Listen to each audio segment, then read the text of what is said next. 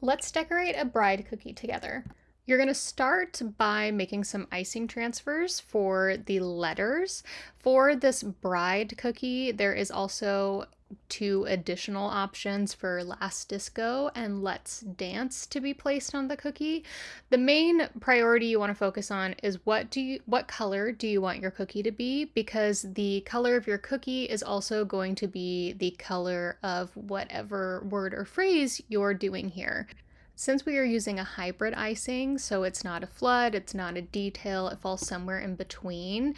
Particularly, we're using a hybrid icing, we're not using a detail icing. So instead of piping out the shape that I'm doing, like the B right here, and then immediately filling it, I'm going to do the outline, and then I'm going to move on to the next letter, and then I'm going to come in and fill in the shape. And I do that because sometimes with the hybrid icing, if you do the line and you don't give it a minute to kind of dry and set up, then it can expand and you're just left with blob shapes. That's also why these icing transfers, the design for the B and the D, and I think that's the only two letters that, oh, the E as well, why we're not trying to keep the holes in the middle of those letters, because they're, with this hybrid icing, they're so easy to get lost.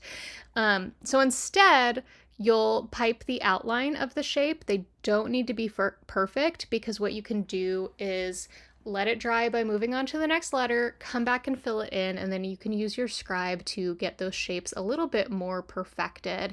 And the other thing is, if you feel like you keep screwing up a letter over and over again, S became particularly hard for me. I did a lot of extra S's. So instead of redoing, for example, the entirety of Last and Disco, I would just do extra S's until I felt like I had ones that I liked. I always like to make more icing transfers that I'm going to need, because sometimes they'll come out really wrinkly if you move your icing transfer too much, especially if you need to move it from like one table to somewhere else and it's at a certain point and it's drying, it can completely wrinkle and it's really not a usable shape anymore.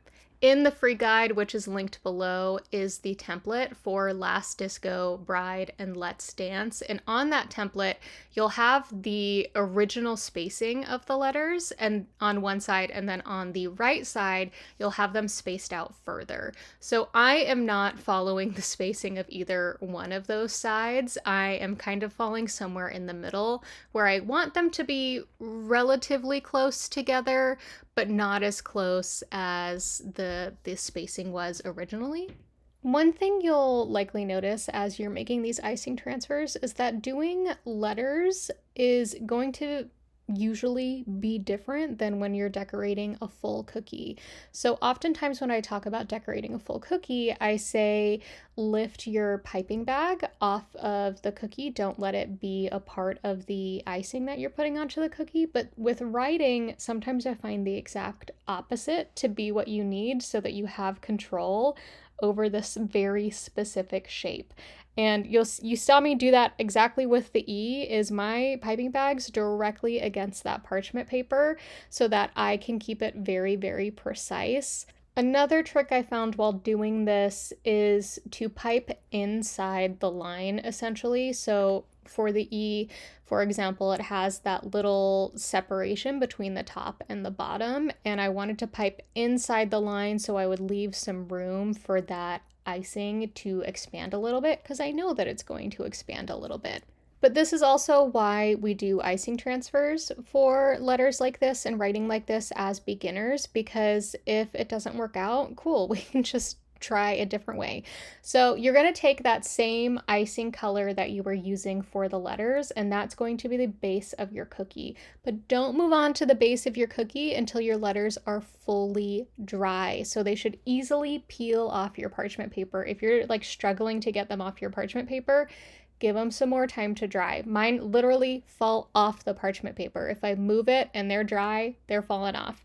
But you want the icing transfers to be dry, and you want your icing on your cookie to be wet so that your icing transfers kind of sink into the wet icing a little bit.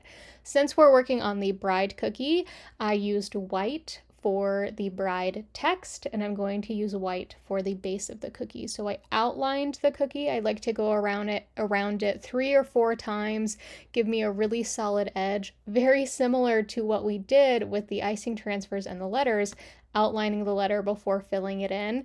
Now I'm taking time to fill in the center, mainly because I don't like to cut multiple holes in my piping bag. And so I need it to be precise enough to do the letters, but also that means it's going to take more time and more pressure from my hand to actually get the icing onto the cookie. At this point, you could just cut a bigger hole in your piping bag or have multiple piping bags. I prefer to torture myself, apparently. Next, you'll come in with your scribe and even out all of your icing. One of the things that I love about using hybrid icing is you won't have that line that can be left behind when you add your icing filling to your outline, because all of it will blend really nicely together, as long as you didn't leave your outline to dry completely before you put your filling in. You outlined it and then you put your filling in, it'll even out perfectly.